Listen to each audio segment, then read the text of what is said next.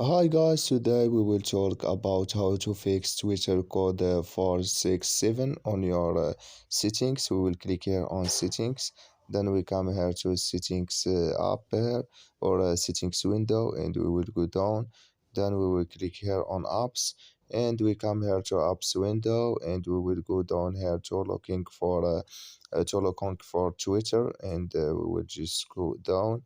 Then we click here on Twitter, then we come here to app info, and click here on for stop.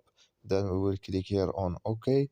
Then we come here to storage, we will click, and we click here on clear cache. Then we will click here on clear data, and you just turn off your phone and turn on it, and it's going to work with you. Thank you for your watching. Don't forget to support us by like and subscribe, and see you in next video.